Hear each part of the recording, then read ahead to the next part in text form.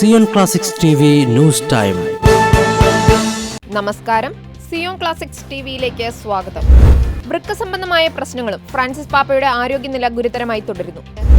റോമിലെ ജമല്ലി ആശുപത്രിയിൽ ചികിത്സയിൽ കഴിയുന്ന ഫ്രാൻസിസ് പാപ്പയുടെ ആരോഗ്യനില ഗുരുതരമായി തുടരുകയാണെന്നും നിലവിൽ പാപ്പ ശ്വാസതടസ്സം നേരിടുന്നില്ല എന്നും വത്തിക്കാൻ. അതേസമയം ഓക്സിജൻ ഇപ്പോഴും നൽകുന്നുണ്ട്. വൃക്ക സംബന്ധമായ ചില പ്രശ്നങ്ങളും പാപ്പ നേരിടുന്നുണ്ട്. ഇന്നലെ വിശുദ്ധ കുർബാന അർപ്പണത്തിൽ പാപ്പ പങ്കെടുത്തുവെന്നും വത്തിക്കാൻ അറിയിച്ചു. ഇന്നലെ ഞായറാഴ്ച വൈകുന്നേരമാണ് ഫ്രാൻസിസ് മാർപാപ്പയുടെ ആരോഗ്യനിലയെക്കുറിച്ച് വത്തിക്കാൻ പ്രസ് ഓഫീസ് അവസാനമായി വിവരങ്ങൾ പങ്കുവച്ചത്. മൂക്കിലൂടെ ഓക്സിജൻ തെറാപ്പി തുടരുന്നു.